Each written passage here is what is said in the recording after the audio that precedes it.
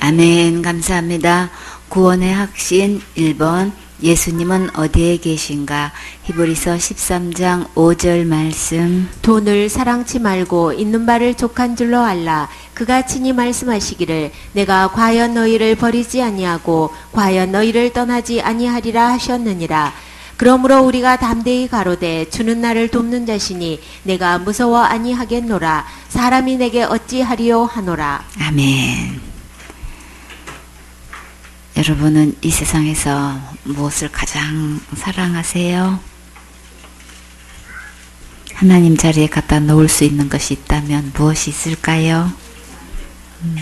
마태복음 6장 24절에 한 사람이 두 주인을 섬기지 못할 것이니 혹 이를 미워하며 저를 사랑하거니와 혹 이를 중히 여기며 저를 경히 여김이라.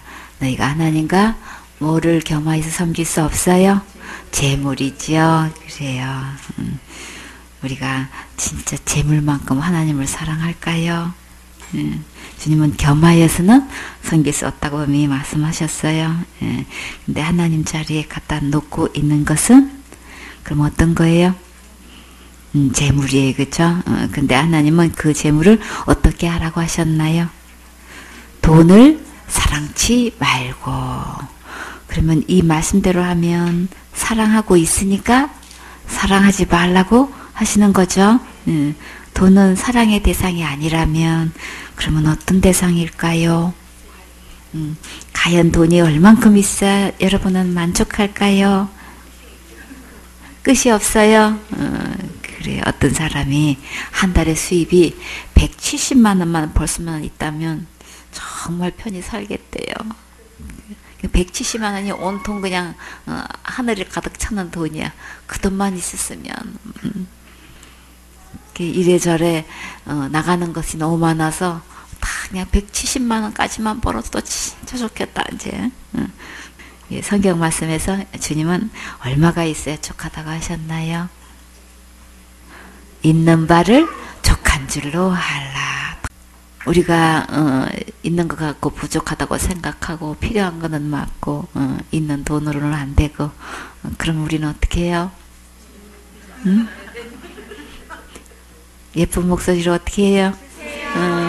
애기처럼 다 같이 주세요. 그쵸? 요한복음 16장 24절에 지금까지는 너희가 내 이름으로 아무것도 구하지 아니하였으나 구하라. 그리하면 어떻게 한대요? 받으리. 주님께서 받게 해주신대. 그쵸? 받으면 어때요? 너희 기쁨이 충만하리라. 누구의 이름으로 구하면 받을 수 있나요? 예수님으로 이름으로 기도할 때 받을 수 있어요. 필요한 것이 있으면 기도록에다가 적어서 필요한 모든 것을 매일 같이 구하세요.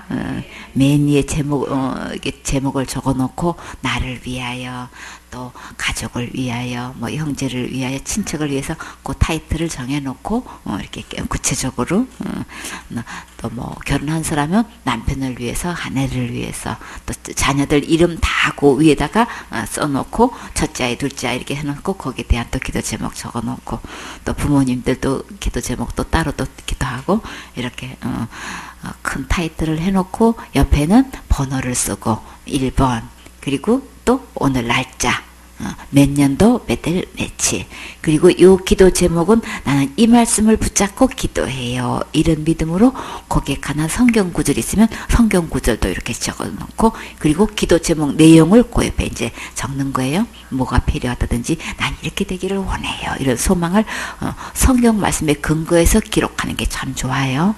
그렇게 하면 언젠가 그 말씀이 내 것이 되어 있는 거 볼 수 있어요. 응답되면 좋겠죠. 그러니까 내용을 적은 다음에 그 옆에는 반드시 응답일이라는 거. 기도일이 있으면 응답일도 있죠. 주님은 구하면 어떻게 한다 그랬어요? 받으리니 그랬잖아요. 그렇죠? 받는 날이 반드시 있어요. 구하지 않아서 문제인 거지. 기도하면 응답해 주셔요.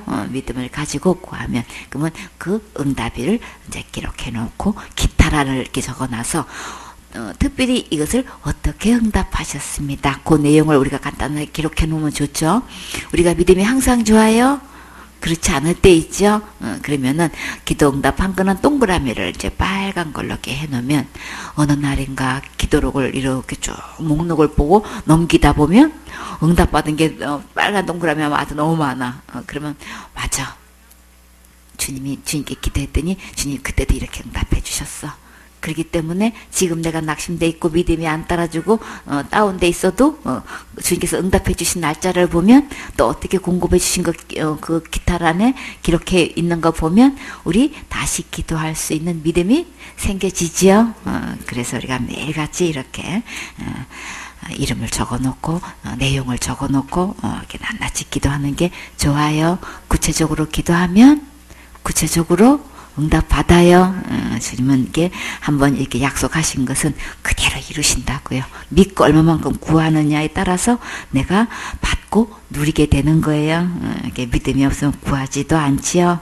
그래서 우리가 이렇게 여러 가지 이제 식구들을 위해서 기도하는데 친척도 위해서 기도하고 교회와 사모님을 위해서 우리 사역자들 또 교회 식구들까지 또 선교지까지 친구들이나 이웃 그리고 우리나라를 위해서 또 대통령을 위해서 또 세계를 위해서 아주 그 기도에 보면은 그냥 굉장히 무한정이죠. 그렇게 해서 이렇게 노트에다가 다 일일이 이렇게 기록해 놓고 기도하면 주님께서 크게 응답해 주셔요. 수양회 때 어떤 아이가 다 자는데 그 아이만큼은 촛불을 켜고 뭘 쪽지에 노트를 가지고 막 기도를 하더래요. 뭔 기도를 하나 하고 봤더니 친구 이름을 다 일일이 적어놓고 주님이 친구도 구원받게 주시고 이 친구도 구원받게 주시오. 그러고 혼자 그걸 울면서 기도를 하더라는 거예요. 친구 이름을 다 기억할 수가 없잖아요. 그렇죠? 그러니까 이름만 딱 기록 구원해놓고 그 이름을 다 적어놓고 일일이 불러가면서 주님 이 친구도 구원해 주세요. 그렇게 기도를 하더라는 거예요. 자, 그러면 그 기도 제목대로 주님이 다 구원받게 해주시겠죠. 우디가 기도한 친구가 있는데 자기 생전에 그 친구가 예수님을 믿고 구원받게 됐는데 근데 한 친구가 응답을 못 받았어요. 자기가 살아있는 동안에는 그 친구가 구원을 못 받았어. 근데 주님께서 어떻게 응답해 주시는지 알아요? 자기 장례식 때, 그 집도 예배 인도할 거 아니에요, 그렇죠? 그때 복음을 듣고 예수님을 믿게 됐다는 거예요. 그렇게 절친한 친구인데도 그렇게 전도를 하고 복음을 전해도 안 받은 친구가 그 이제 장례식 때 이제 예수님을 믿게 됐다는. 그러니까 주님은 기도한 거는 반드시 이제 응답해 주신다는 이제 그 약속대로 그대로 이루셔요. 그래서 우리가 그 채린이가 이제 그 겨우 이제 이렇게 잡고 일어서서 이제 걸음마를 이렇게 붙잡고 한 발 한 발 뛰었을 때 그때 지금 은우도 지금도 하는데 은우야 은우 주세요 해봐. 주세요 어떻게 주세요 해보세요. 저 아는 소리야. 벌써 손이 왔다 갔다. 주세요 어떻게 주세요 해보세요. 아이고 할까 말까. 이게 저기 쇼파를 잡고 일어섰는데 이제 넘어지니까 한 손은 본능적으로 한 손으로는 꼭 잡고 이제 엄마가 시키니까 주세요 했더니 이렇게 하는데 그 손이 그렇게 이쁠 수가 없어. 애기 손이 무슨 말 알아듣고 은우 주세요 할 수 있죠. 와서 할 수 있대. 웃었어. 그러니까는 우리가 하나님 앞에 이 말씀을 그대로 믿고 주세요 한다면 내가 바로 내 힘으로 걷지도 못하는 그렇지만 그래도 믿고 주세요 하면 진짜 뭐라도 막 다 주고 싶은 그런 그 마음 좀 우리 주님이 보실 때 얼마나 예쁘겠어요, 그렇죠? 그래서 예수님의 이름으로 무엇이든지 원하는 대로 구하면 주님께서 주신다고 약속하셨어요. 그래서 이렇게 빨리 응답받고 싶으신 분은 애기처럼 예쁜 목소리로 활짝 웃으면서 주세요 하고 기도하세요. 내가 가지고 있는 것은 이제 만족하시고, 그쵸? 원망불평하면 안 되죠. 내 마음 평안이 없어요, 그쵸? 필요한 것이 있으면 주세요 하고 예쁘게 애기처럼 믿고 구하세요. 그러면 이 세상에서 가장 기쁨이 충만한 행복한 생활을 누릴 수 있지요. 원망, 불평, 시기, 질투하고 낙심하면 내 마음이 행복하지 않아요. 마음이 천국이 될 때 가장 행복하고 즐겁고 기쁘겠지요. 예, 근데 만약에 예수님께서 말씀대로 순종하지 않고 돈을 사랑하게 된다면 그럼 어떻게 될까요? 디모데전서 6장 10절에 돈을 사랑함이 일만하게 뿌리가 되나니 이것을 사랑하는 자들이 미혹을 받아 믿음에서 떠나 많은 근심으로써 자기를 찔렀도다. 주님은 돈을 사랑치 말라고 하시는데 만약에 돈을 사랑했을 경우는 하나님 말씀대로 순종하지 않고 우리 그렇게 되죠. 그렇죠? 하나님 자리에 재물을 갖다 놓기 때문에 우리는 그 두 사이를 항상 왔다 갔다 한단 말이에요. 그렇죠? 그래서 이렇게 돈을 사랑하게 되면은 아니 몸에 해로운 것도 아니고 우리 치료받을 때 이렇게 침 맞는 거 있죠. 그렇죠? 그러면 왜 이렇게 침을 맞는 거예요? 치료를 목적으로 몸에 좋으라고 맞는 거예요. 그렇죠? 근데 그 침을 맞으면 악영향을 미쳐. 몸에 해로운 거게 된단 말이에요. 그런 거를 우리 몸에다가 10,000가지를 찔렀다면 어떻게 되겠어요? 우리가 돈을 주님은 사랑하지 말라고 했는데 우리가 돈을 사랑하게 돼가지고 돈을 쫓아가게 되면은 이 10,000가지의 악이 이 내 몸을 찌른다는 거예요. 그것도 찌르는 걸로 끝나는 게 아니고 뿌리가 박힌단 말이에요. 그럼 이게 그대로 있는 게 아니고 어떻게 돼요? 자라겠죠. 이게 몸이 자라면 어떻게 되겠어요? 저기 인터넷에 났는데 어떤 친구가 치통으로 굉장히 고통을 받아가지고 견디다 못해가지고 치과에 가서 봤더니 아니 이 충치 먹은 그 안에 싹이 났더래요. 세상에 이거는 기네스북에 날 일이야. 아니 어떻게 충치 속에 씨앗이 들어갔었나 봐요. 그게 어떻게 이렇게 발화가 돼가지고 거기서 싹이 났대. 그 치아에다가 뿌리를 박고 있으니까 이 아플 수밖에. 그쵸? 근데 그 치아뿐만 아니라 우리 몸의 1만 군데에다가 이런 것들이 뿌리 박게 되면은 몸을 파고들면 이게 얼마나 고통스럽겠어요. 그쵸? 주님은 돈을 사랑함이 일만하게 뿌리라고 이렇게 표현하셨다고요. 참 이것을 사모하는 자들이 미혹을 받아 결국은 어떻게 되는 거예요? 돈을 사랑하게 되면은 돈 안 좋아하는 사람 어디 있어? 다 똑같이 다 좋아하지. 그래요. 근데 문제는 어떻게 해요? 이게 거기에 미혹을 받아가지고 돈을 사랑하게 되면은 결국 믿음에서 떠나게 된다는 거예요. 그래가지고 그걸로 믿음을 떠나는 걸로 끝나는 게 아니고 많은 근심으로서 자기를 계속 찌른다는 거예요. 근심이 나를 계속 찌르면 얼마나 고통스럽겠냐고요. 그렇죠? 그래서 주님은 돈을 사랑치 말라고 하신 거예요. 11절에 오직 너 하나님의 사람아 이것들을 피하고 그랬어요. 돈을 사랑하며 피하래요. 주님은. 그래서 36기 주랭랑 아시나요? 그 보면은 몇 기가 있는데 그냥 계속 맞자니 아프고 그렇다고 한 대 때리자니 상대방이 죽겠고 36기 정도 되면은 그러니까 어떤 게 제일 상책이냐 도망가는 게 제일 상책이라는 거예요. 안 맞고 상대방 안 죽이고 그런 게 있는데 주님은 일만하게 뿌리가 되는 것 돈을 사랑치 말라고 주님은 말씀하시고 피하라고 하셨어요. 의와 경건과 믿음과 사랑과 인내와 온유를 쫓으라 주님은. 그러니까는 이렇게 돈을 사랑하게 되면은 믿음에서 떠나게 된단 말이겠죠. 그래서 오직 의와 경건과 믿음과 사랑과 인내와 온유를 주님은 따라가라고 주님 말씀하셔요. 하나님의 사람은 무엇을 사랑해야 할까요? 너 하나님의 사람아 이것을 피하라 그러셨죠. 그럼 이걸 피하고 무엇을 사랑해야 되냐 말이에요. 디모데후서 3장 16절에 모든 성경은 하나님의 감동으로 된 것으로 교훈과 책망과 바르게 함과 의로 교육하기 유익하다고 하셨지요. 이는 하나님의 사람으로 온전케 하며 모든 선한 일을 행하기에 온전케 하려 함이라 그러셨죠. 주님께서 이렇게 그러면 돈을 사랑하지 말고 그거는 피하고 주님은 그럼 우리는 뭘 사랑하면 돼요? 주님 사랑하는 게 곧 뭘 사랑하는 걸까요? 그저 말씀을 가까이 하고 말씀을 읽고 말씀을 묵상하고 말씀을 듣고 읽고 배우는 일에 우리가 거기에 전념을 하다 보면 점점 믿음이 자라가지요. 그쵸? 그렇게 해서 내 마음속에 주님을 알아가게 되면 주님으로부터 오는 주님 안에 있는 이 모든 평안이 나의 것이 돼요. 이렇게 해서 우리가 주님을 하나님의 말씀을 사랑하고 읽고 듣고 묵상하고 우리 양육 받아야 되겠지요. 이게 모든 선한 일을 행하려면 이게 무엇이 있어야 할까요? 하나님은 모든 선한 일을 행하기에 온전케 하려 합니다 라고 하셨는데 그러면 모든 선한 일이 할 때는 반드시 따라오는 게 있어요. 어떤 게 있어야 되는 거예요? 디모데전서 6장 12절에 믿음의 선한 싸움을 싸우라. 믿음에는 싸움이 동반이 돼요.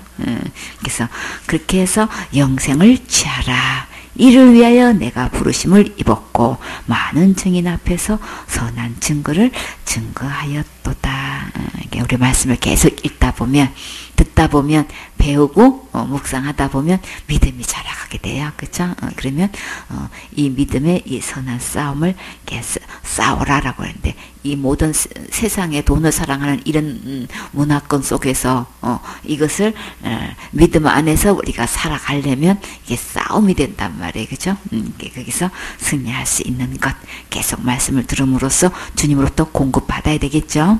그래서 로마서 10장 10절에 보면 그러므로 믿음은 들음에서 나며 들음은 그리스도의 말씀으로 말미암았느니라. 믿음은 어디에서 나는 거예요? 들음에서 나는 거죠. 하나님의 말씀을 들을 때 나는 거고. 그래서 사람은 누구의 말을 듣는가에 따라 그대로 믿음이 생기기 때문에 반드시 분별해서 들어야 해요. 디모데전서 6장 3절에 누구든지 다른 교훈을 하며 바른 말 곧 우리 주 예수 그리스도의 말씀과 경건에 관한 교훈에 창념치 아니하며 성경 말씀이 있는가 하면 사단은 또 이걸 성경 말씀으로 인 것처럼 이렇게 꾸며가지고 다른 교훈이 교회 내에서 지금 이렇게 가르치고 있단 말이에요.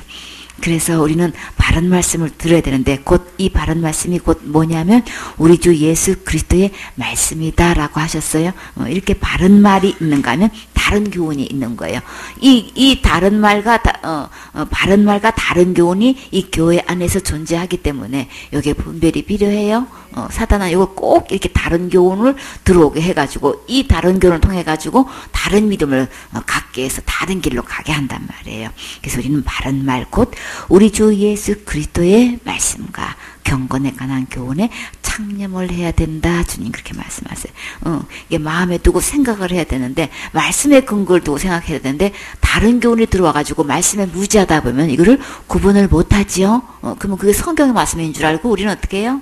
그걸 그냥 받아들인단 말이에요. 그러다 보면 다른 교훈을 자꾸 듣다 보면 다른 믿음이 또 나름대로 생겨져가지고 이게 큰 또 불씨가 되게 돼요. 그래서 4절에 저는 교만하여 아무것도 알지 못하고 뭘 모른다는 거예요. 바른 말, 곧 예수님의 말씀에 대해서 모른단 말이에요. 그럼 이 다른 교훈을 자꾸 듣다 보면 믿음이 생긴다고 했는데 주님은 이 믿음을 뭐라고 표현하셨어요? 교만이 생긴다는 거예요. 다른 교훈의 특징은 이게 교만해가지고 아무것도 알지 못하고 변론과 언쟁을 좋아하는 자니.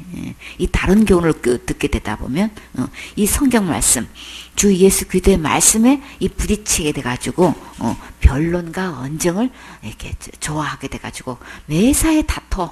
그러니까 자기가 우월하다고 생각하고 자기가 잘났으니까 교만하니까 막 가르치려고 들겠죠, 그렇죠? 그러다 보면 소리가 커지고 이게 부딪혀가지고 자꾸만 이제 교회 이제 시끄럽게 된단 말이에요. 그래서 이로써 투기와 분쟁과 해방과 악한 생각이 나며. 그냥 그걸로 끝나는 게 교만으로 끝나는 것도 아니고 변론과 언쟁을 좋아할 뿐더러 아예 재미가 붙였어. 아주 툭하면 싸워. 그러고 잘 되는 거 보지를 못해. 투기와 분쟁과 해방과 악한 생각을 한다. 그러면 이 다른 교훈은 어디서 온 거길래 이런 열매들이 나올까요? 악한 영에서 온 거예요. 다른 영, 다른 복음이라 그랬죠, 그렇죠? 다른 예수라 그랬죠. 여기서 좀 다른 교훈이라고 하는데 이게 전부 다 악한 영에서 온 거예요. 하나님으로부터 온 거 아니면 예수님의 말씀 아니면 다 다른 교훈인 거예요. 다른 말인 거예요. 그럼 다 악한 영에서 온 거예요. 이렇게 또 시작층에 있는 사람들은 또 그렇게 또 학적으로 또 이렇게 해가지고 침투해가지고 또 이렇게 다른 교훈을 이렇게 통해가지고 하나님의 말씀을 받아들이지 않게끔 한단 말이에요. 우리 이거 구분해야 되는 거죠. 6절에 그러나 지적하는 마음이 있으면 경건이 큰 이익이 되느니라. 아까 있는 바를 족한 줄로 알라 그랬죠. 물질적으로 우리가 생활하다 보면은 우리에게 하나님께서 이미 주신 것 있어요, 그렇죠? 거기에 대해서 만족하시래요. 지적하는 마음, 분수를 지켜서 만족할 줄 알게 된다면 경건에 큰 이익이 있대요. 만족하지 않고 계속 불만 불평만 하고 그냥 더 있었으면 좋겠다고 막 이제 이렇게 요구만 하게 되면은 우리 마음속에 감사가 없게 되는 거죠. 그러면 누가 봐도 그게 아름답지 못한 모습으로 경건하지 못한 모습으로 경건의 생활하는데 말씀에 깊이 들어가서 이 말씀 세계에서 더 알고 싶고 더 깨닫고 싶고 막 이런 세계에서 들어가는데 이게 방해가 된다는 거예요. 그럼 우리 손해죠, 그쵸? 왜냐면 세상 근심, 걱정, 염려로 그냥 온통 이게 가로막아 있어가지고 말씀에 깊이 들어가지 못하는 이런 경건의 이익이 되지 못하면 안 되잖아요, 그렇죠? 그래서 이렇게 마음이 결국은 교만해질 뿐더러 5절에 보면 마음이 부패하여지고 그랬어요. 그러면 그 상태로 계속 이 다른 교훈을 듣고 그대로 돈을 따라가고 이렇게 하다 보면은 결국은 내 마음이 부패질 뿐 아니라 아까는 믿음이 없어진다 그랬죠? 지금은 또 진리를 잃어버린다라고. 그러니까 진리를 잃어버려 경건을 이익의 재료로 생각하는 자들의 다툼이 일어나느니라. 그러니까는 경건해야 나한테 유익한데 진짜 바른 이 말씀을 성경 말씀을 듣고 예수님 분부하신 말씀을 깊이 듣고 아멘하고 받아들여서 이 경건에 충분한 유익한 생활을 해야 되는데 결국 이렇게 다른 교훈을 듣게 되면 내 마음을 부패시켜 가지고 어디까지 이렇게 되면 진리를 잃어버리게 된다는 거예요. 그러니까 우리 이거 굉장히 위험한 거죠, 그렇죠? 그래서 우리는 오직 경건의 이익의 재료로 생각하는 자들. 진짜 경건은 하나님 말씀을 바르게 들어야 되잖아요, 그렇죠? 근데 이런 자들하고 우리는 다투게 된단 말이겠죠.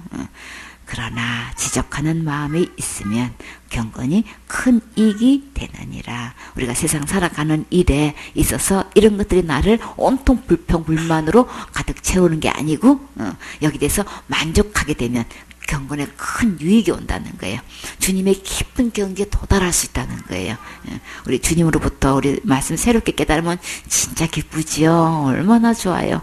성경 개인적으로 여러분이 교대 하다가 이런 말씀도 있었네. 막 그러고 또 내 지금 현재 당면에 있는 문제에 맞춰서 맞춤복으로 또 말씀 들려주시면 진짜 감사하지요. 이게 막 이 말씀 읽을 때 이 말씀이 살아 역사하시는 것을 우리가 체험하게 되면은 그 이름 말할 수 없잖아요. 근데 온통 내 마음속에 돈 걱정으로 세상 염려 걱정으로 하다 보면 마음이 부패해져가지고 경건 생활도 잘 안 되고 말씀도 잘 안 들어오고 그냥 계속 그냥 딴 생각만 하게 된단 말이에요. 그러니까 유익하지 않죠. 예, 그래서 결국은 이렇게 내 경건에 큰 이익을 얻지 못하게 된다.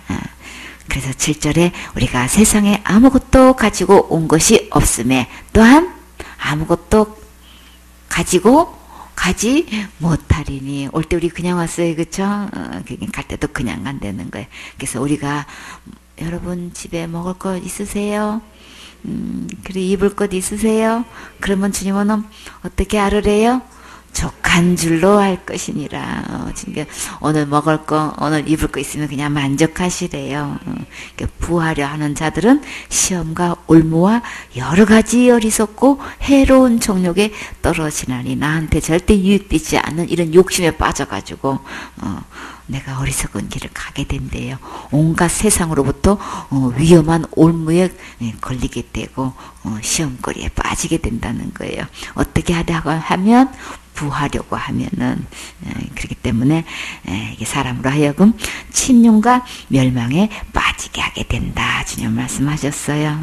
그러니까 우리 주님은 돈을 사랑치 말라라고 말씀하셨죠.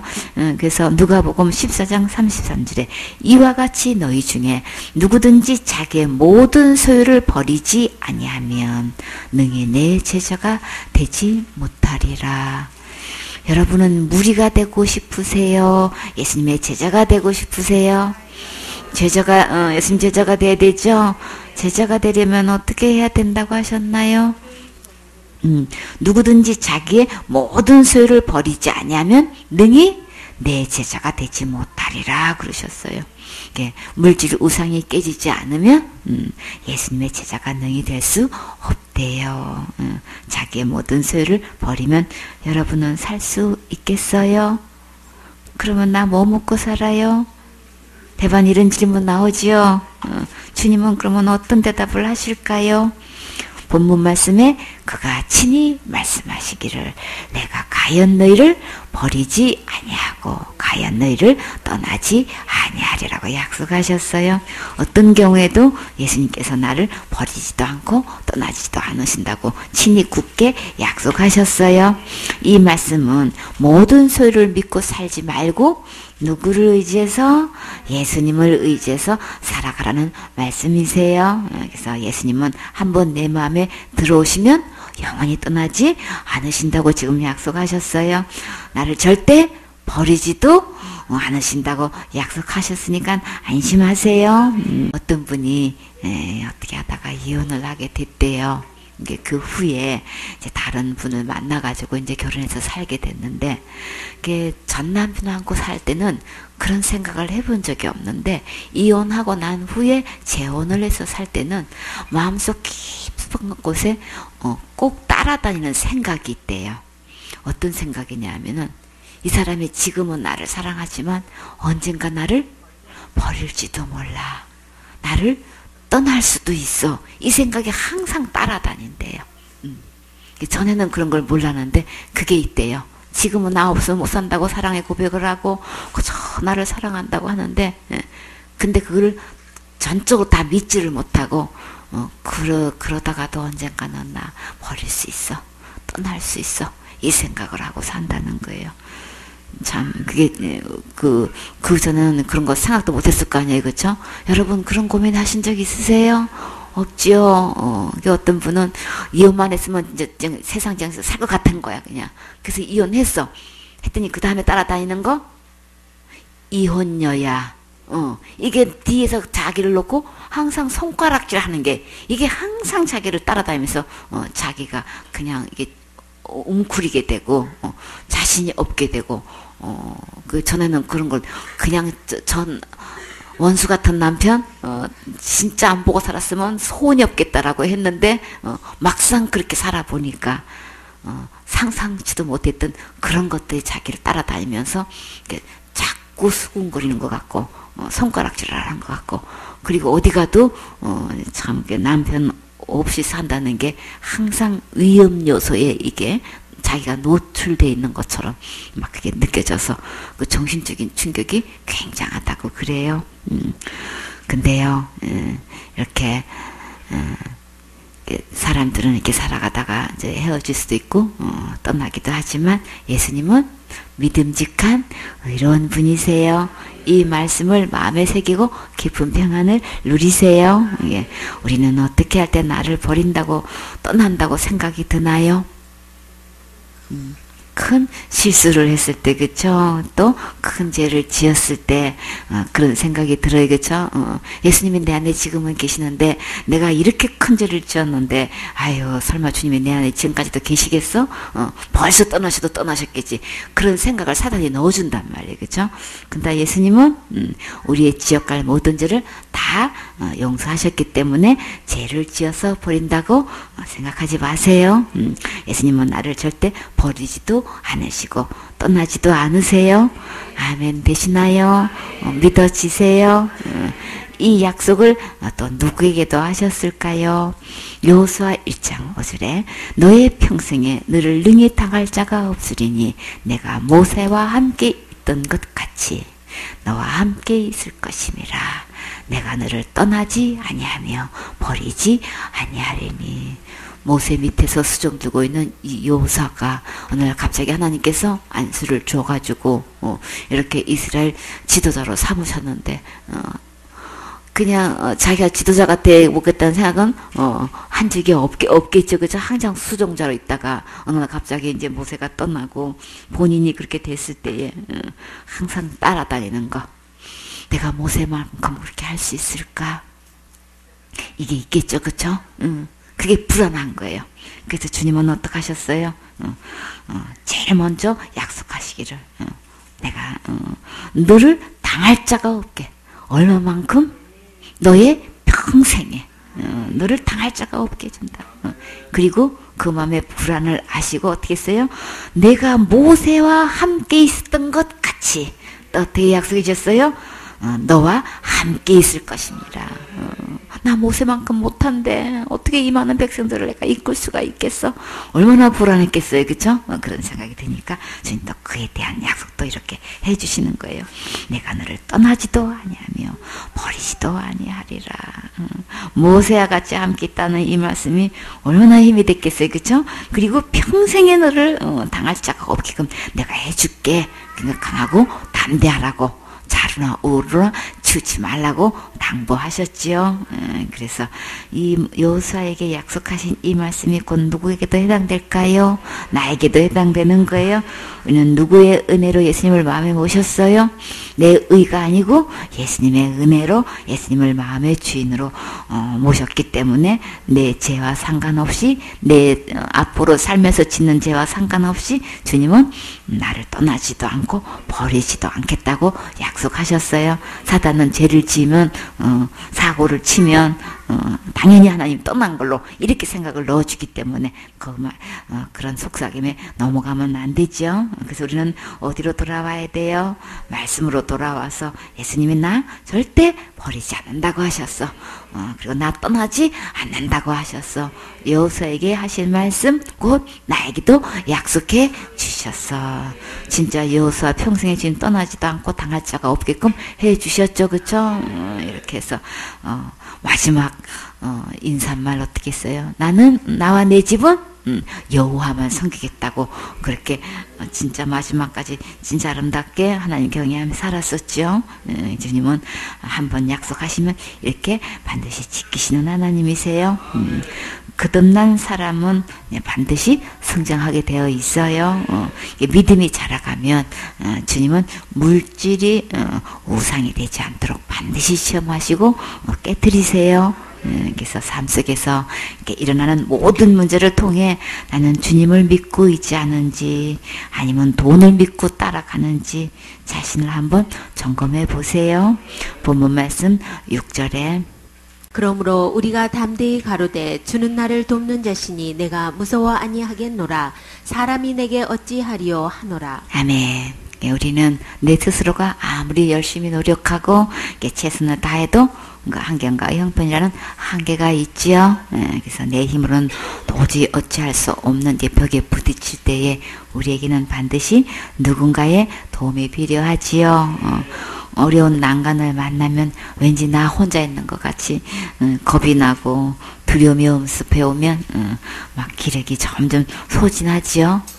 그럴 때 나는 나를 전적으로 도울 내 편이 있으면 정말 좋겠지요.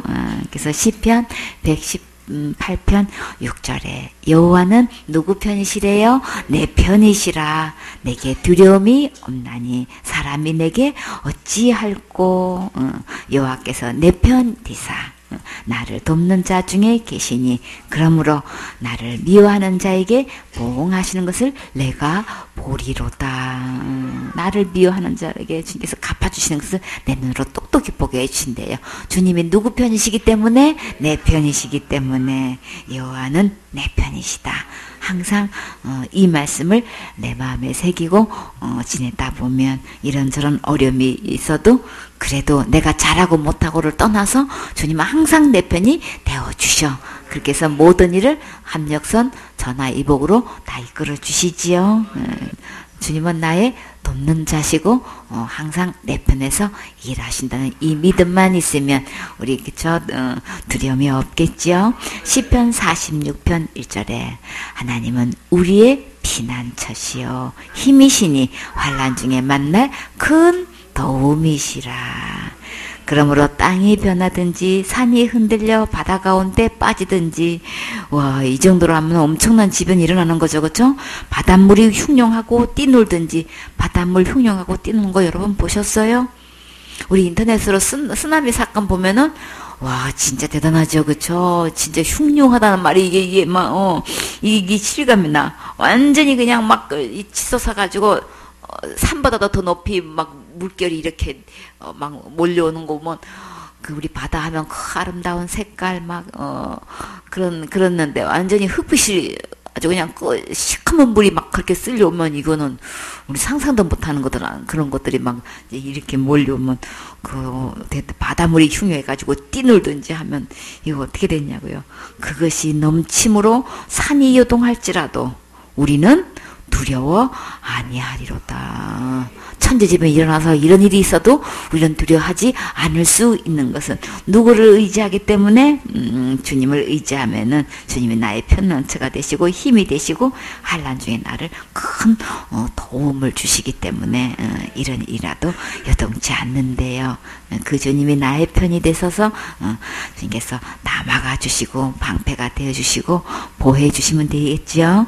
시편 37편 28절에 여호와께서 공의를 사랑하시고 그 성도를 버리지 아니하심이로다.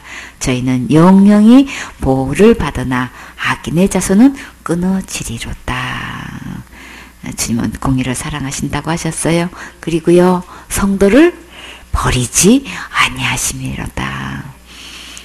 거룩한 성도가 되셨습니까? 그래요. 누가 성도가 될 수가 있어요? 거룩하신 예수님을 어디에 모실 때? 내 마음에 모실 때. 그쵸? 나는 성도가 될 수 있지요. 그래서 성도가 된 사람은 주님은 절대 버리지 않는다고 약속하셨어요. 저희는 영영이 보호를 받는다. 주님이 내 일평생 동안 주님이 철저히 나를 보호해 주신다는 거예요. 그쵸? 버리지도 않고 철저히 보호해 주시고 그것도 영영이 보호해 주신대요. 보호를 받으나 악인의 자손은 끊어지리로다.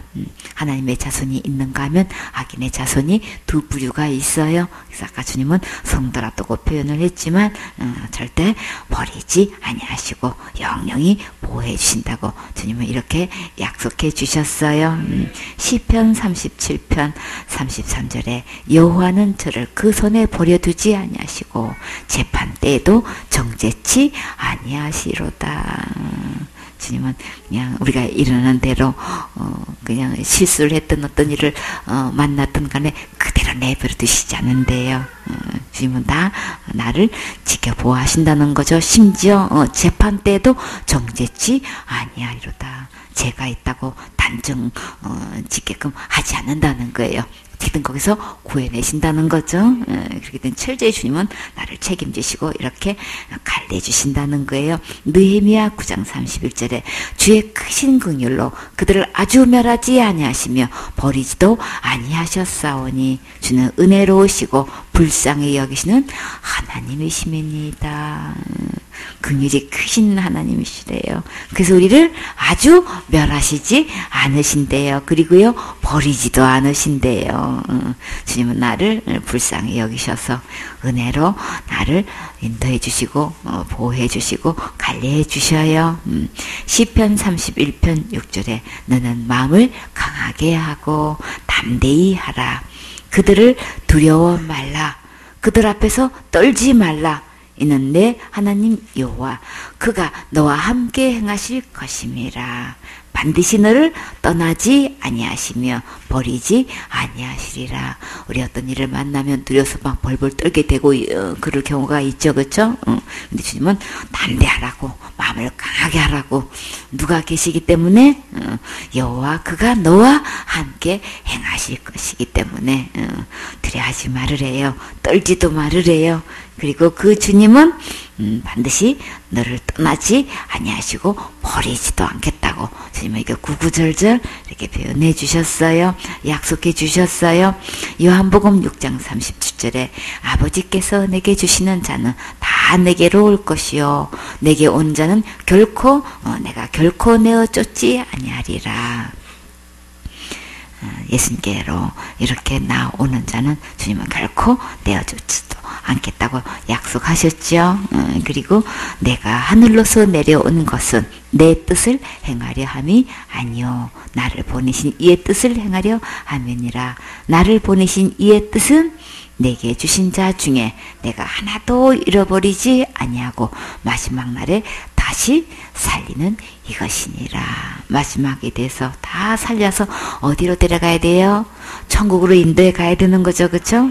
이게 아버지의 뜻인데 이게 나를 절대 잃어버리거나 이게 빼놓고 데려가지 않는 일이 없다는 거예요. 주님은 철저히 마지막 다 살리셔가지고 우리를 이렇게 잃어버리지 않냐고 주님 품으로 하늘나라 아버지께로 다 인도해 가셔요. 그래서 40절에 내 아버지의 뜻은 아들을 보고 믿는 자마다 영생을 얻는 이것이니 마지막 날에 내가 이를 다시 살리리라 하시니라. 마지막 날에 우리를 다 살리셔서 저 영생의 나라로 가게 하시는 거죠. 그래서 이 아버지의 뜻은 아들을 보고 믿기만 하면 다 영생을 얻고 이 마지막에 살려서 다 천국 가서 세세토록 사는 것 아버지 뜻이에요, 그렇죠? 그러니까는 우리는 이 주님의 이 사랑 영생토록 주님이 함께 하신다는 이 말씀을 우리 믿고 아멘하고 안심해야 되겠죠. 주님은 우리를 사랑하실 때 언제까지 사랑하실까요? 요한복음 10장 1절에 유월절 전에 예수께서 자기가 세상을 떠나 아버지께로 돌아가실 때가 이른 줄 아시고 세상에 있는 자기 사람들을 사랑하시되 언제까지 사랑하셨어요? 끝까지 사랑하시니라. 나를 언제까지 사랑하시냐면 끝까지 사랑하셔요. 그렇죠? 주님 나라 갈 때까지 끝까지 사랑하신단 말이에요. 그래서 하나님의 자녀가 경건한 생활을 하지 않고 그저 죄만 짓고 그러다 보면 주님이 어떻게 하셔요? 그대로 두면 계속 더 죄만 짓게 될 경우에는 주님이 그냥 데려가셔요. 데려가실 때도 주님은 징계하시고 이렇게도 권면하시고 저렇게도 권면하시죠. 주님은 내가 잘하고 못하고를 떠나서 우리 주님은 나를 사랑하셔요. 끝까지 사랑하셔요. 그래서 이렇게 저렇게 권면해보고 달래보고 징계도 해보고 또 칭찬도 해주고 하면서 그 악한 길에서 떠나 살기를 원하시죠. 끝내 그 악한 생활에서 떠나지 못하면 아예 차라리 그냥 데려가는 게 나은 거예요. 그렇죠? 그때는 주님 나라로 인도해 가시죠. 우리 주님은 나를 사랑하시되 끝까지 잘하든 못하든 나를 끝까지 사랑하신다는 이 말씀을 잊지 마세요. 그러니까 우리는 돈을 사랑하지 말고 우리는 누구를 사랑해야 돼요? 예수님 사랑해야 돼요. 그렇죠? 예수님은 돈은 나를 책임지지 않지만 예수님은 나를 어떤 경우에도 책임지신다고 구구절절히 말씀하셨어요. 이게 하나님 차례 놓을 수 있는 건 돈이란 말이에요. 자식이 군대 갔다가 제대하기까지 그냥 그게 그냥 날이면 날마다 그냥 휴가라고 오면은 처음에는 너무 반가워. 근데 계속 주마다 오면 뭐라 그래요? 니네 부대는 무슨 맨날 휴가만 오냐? 막 왜 그런 거예요? 오면은 맛있는 거 해줘야 되고, 갈 때는 또 용돈 줘야 되니까 돈이 솔찬게 나가는 거야. 그러니까는 아들이 오는 거 반가운 거는 반가운 거도 그보다 더 큰 건 뭐예요? 부모 자식 간에도 돈인 거예요, 보면은. 부부 간에도 대부분 다투는 이유가 뭐 때문에 그런 거예요? 다 돈 때문에 보면은, 대부분 싸우는 이유가 돈 때문에 그런 거예요. 이래저래, 이웃 관계도, 형제 간에도 보면 이 돈 문제를 제일 많이 차지하고 있단 말이에요. 하나님 자리에 또 재물을 놓는데, 그리 뭐 부모 자식 간에 뭐 또 뭐 부부 사이에, 형제 간에 이거는 뭐 말할 것도 없죠. 그쵸? 결국은. 그래서 어떤 사고로 인해서, 자식이 죽게 됐어요. 남편이 죽게 됐어요. 그러면 이제 완전히 뭐 대성통곡하고 울고불고 그렇게 되죠. 근데 결국은 뭘로 끝나나요? 보상금으로 끝나요. 그쵸? 돈으로 끝난단 말이에요. 그렇기 때문에 돈이 그만큼 위력이 있어요. 영향력을 미친단 말이에요. 그렇기 때문에 돈을 사랑하면, 돈을 따라가면, 돈 하고 돈이 최고인 줄 알고, 돈이 전부인 줄 알고 따라가면, 일만하게 뿌리가 돼서 나를 찌르게 되기 때문에 돈 따라가지 말고 누구 따라오라고 하시는 거예요? 예수님 따라가라고. 예수님은 절대 나 버리지도 않고 떠나지도 않는다고 약속하셨어요. 어떤 경우에도 주님은 내게 있는 모든 것, 필요한 것 도와주시고 인도해 주시고 책임지고 바른 길로 가게 해 주시죠. 그러니까 믿을 만한 곳은 예수님 뿐이기 때문에 사람도 의지하지 말고 재물도 의지하지 말고 오직 예수님 의지하라고 주님은 말씀하시고, 예수님 한번 내 안에 주인으로 구세주로 왕으로 들어오셨으면 절대 떠나지 않으셔요. 나 버리고 가시지 않으셔요. 그러니까 요거 반드시 기억하시는 게 좋겠지요. 요한일서 5장 10절 말씀. 하나님의 아들을 믿는 자는 자기 안에 증거가 있고 하나님을 믿지 아니하는 자는 하나님을 거짓말하는 자로 만드나니 이는 하나님께서 그 아들에 관한 아멘. 하나님의 아들을 믿는 자는 자기 안에 증거가 있고, 하나님의 아들이 누구신가요? 예수님. 아들을 믿는 자는 어디에 증거가 있다고 하셨나요? 자기 안에 증거가 있다고 하셨지요. 자기 안에 어떤 증거가 있을까요? 이는 하나님께서 그 아들에 관하여 증거하신 증거를 믿느냐 안 믿느냐가 증거라고 하는 거예요. 그러면 아들에 관하여 증거하신 증거가 뭘까요? 예수님의 이름의 뜻, 아들에 대해서 한마디로 뭐라고 하셨어요? 자기 백성을 저희 죄에서 구원할 자이신 거예요. 그쵸? 에베소 1장 7절에 보면 우리가 그리스도 안에서 그의 은혜의 풍성함을 따라 그의 피로 말미암아 구속 곧 죄사함을 받았으니, 예수님의 피로 말미암아서 우리는 지옥 갈 모든 죄에서 우리 다 구원받은 거예요. 그쵸? 건져진 거예요. 골로새서 2장 13절에 또 너희의 범죄와 육체의 모할례로 죽었던 너희를 하나님이 그와 함께 살리시고 우리에게 모든 죄를 사하시고, 주님은 우리 지옥 갈 모든 죄 다 이미 용서해 주셨다고 말씀하셨죠. 우리는 이 율법에 의하면 그 하나 보면 다 범한 거가 돼가지고 율법에 의해서는 우리는 죽어야 마땅한 거예요. 그쵸? 근데 죽었던 너희를 누구와 함께 살리셨어요? 예수님과 함께 살리셨어요. 그쵸? 그래서 내 모든 죄는 다 이미 용서해 주신 거란 말이에요. 그쵸? 그래서 또 예수님은 또 어떤 일을 하셨나요? 미가서 7장 19절에 다시 우리를 긍휼히 여기셔서 우리의 죄악을 발로 밟으시고 우리의 모든 죄를 깊은 바다에 던지시리다.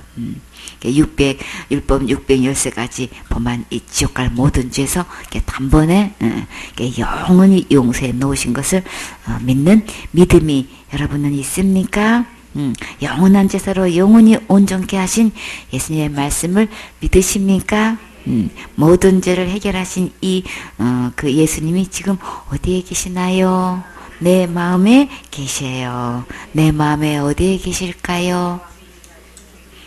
믿음 안에 계시죠. 그쵸? 갈라디아 2장 20절에 내가 그리스도와 함께 십자가에 못 박혔나니 그런즉 이제는 내가 산 것이 아니요 오직 내 안에 그리스도께서 사신 것이라. 이제 내가 육체 가운데 사는 것은 나를 사랑하사 나를 위하여 자기 몸을 버리신 하나님의 아들을 믿는 믿음 안에서 사는 것이라. 내 안에 어디에 사시는가 했더니 믿는 믿음 안에서 사시는 거죠.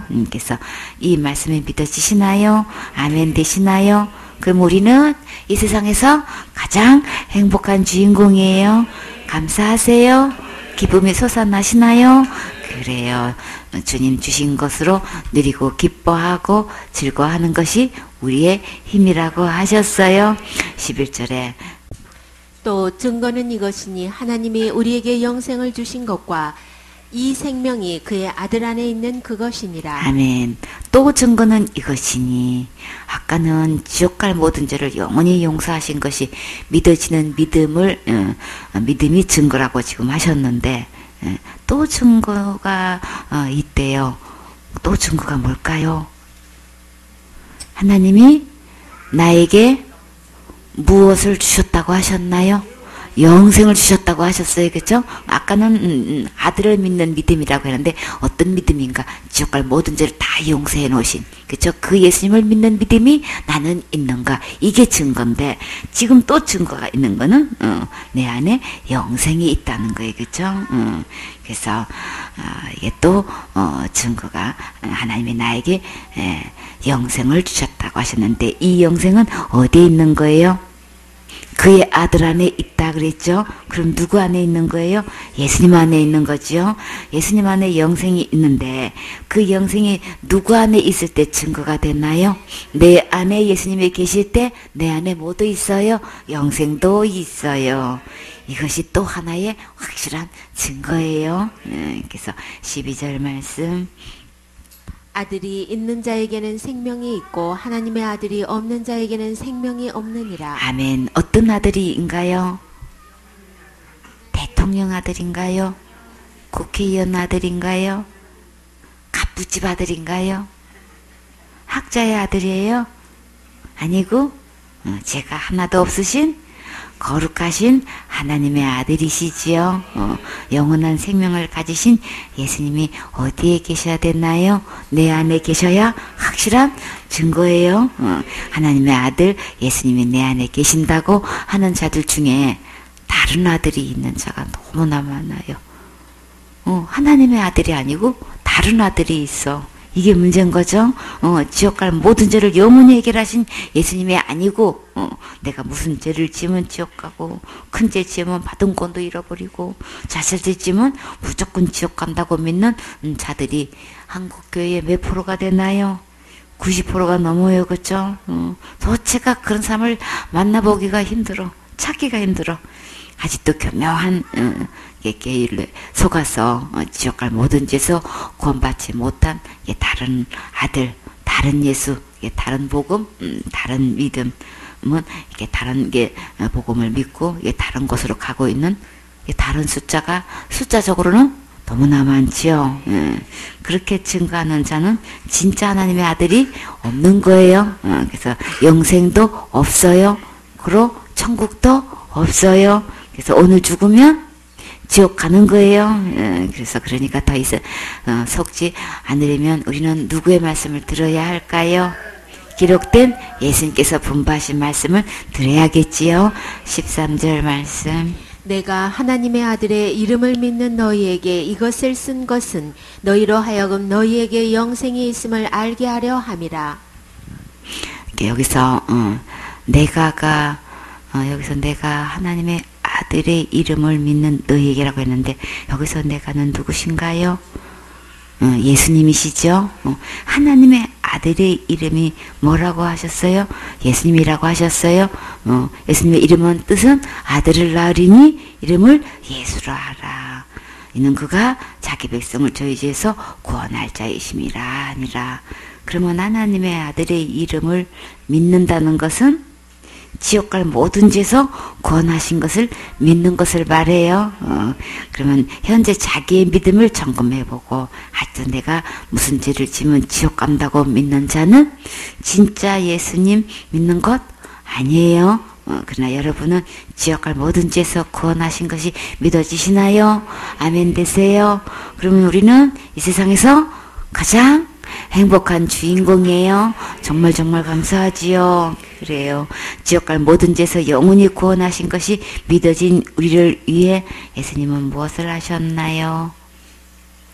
이 성경 말씀을 기록하셨지요. 그렇죠? 왜 기록하셨을까요? 예수님을 믿는 내 안에 무엇이 있음을 알게 하려고, 영생이 있음을 알게 하려고 이 성경 말씀을 쓰신 거예요. 이 영생이 어디에 있나요?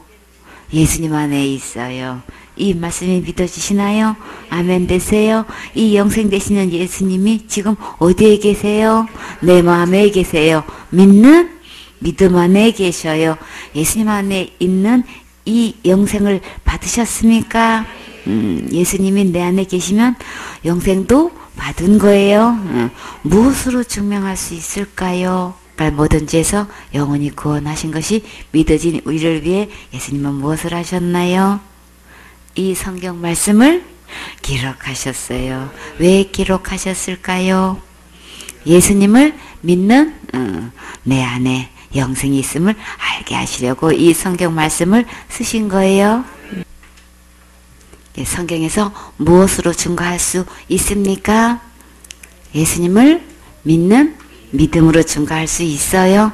그래서 우리의 믿음을 그래서 체킹하는 거예요. 그 사람의 믿음이 어떤 건지 성경 말씀대로 제대로 되어 있지 않으면 그 사람은 아니구나. 천국 갈 수 없는 믿음이구나. 정말 확실히 천국 갈 수 있는 믿음인 거네. 이거 분명히 알 수 있지요.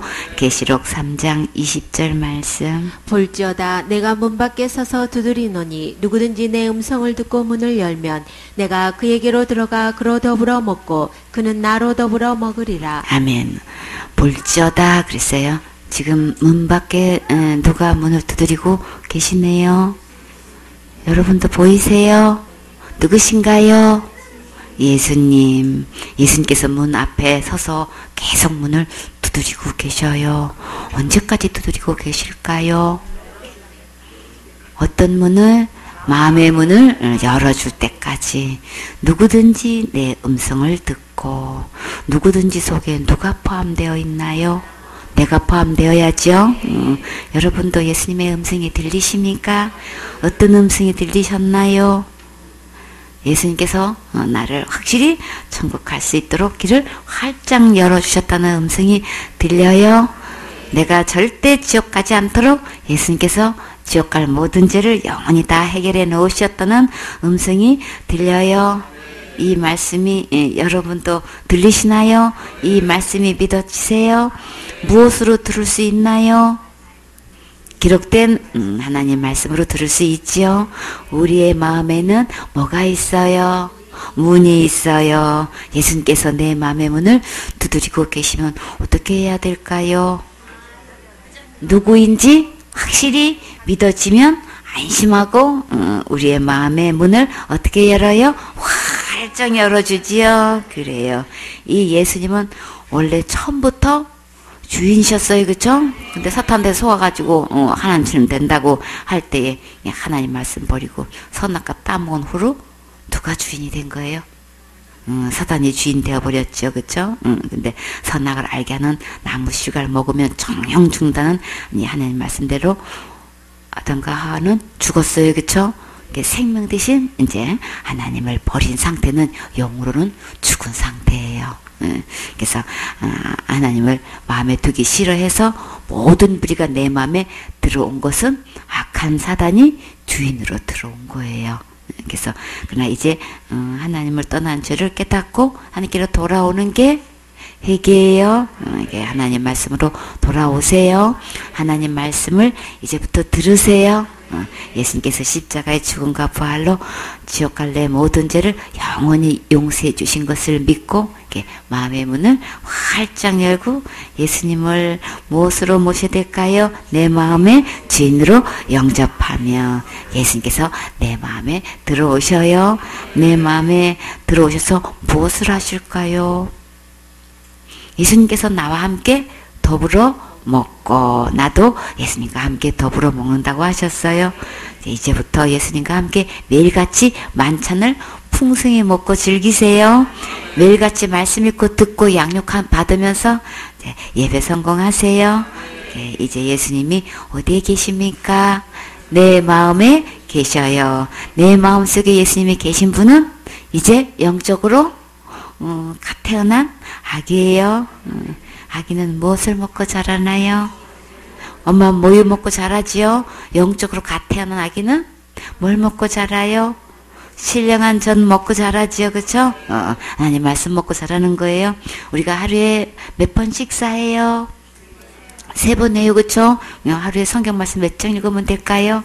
3장 읽어요. 주일에는 특식으로 5장 읽으면 1년에 한 번 읽을 수 있어요. 지금 모여 수요하고 있는 사역자는 하루에 적어도 몇 장 읽을 수 있을까요? 몇 장 읽어야 할까요? 기본적으로 10장은 읽어야 나눠줄 것이 있겠지요. 그럼 1년에 2번 읽을 수 있어요. 자, 이제 예수님이 어디에 계십니까? 제 마음에 계세요. 아직도 예수님께서 서서 문 두드리고 계시나요? 아니지요? 그러면 안 되지요? 예수님 계속해서 문 밖에 세워두면 안 된단 말이에요. 언제까지 예수님이 문을 두드리고 계실까요?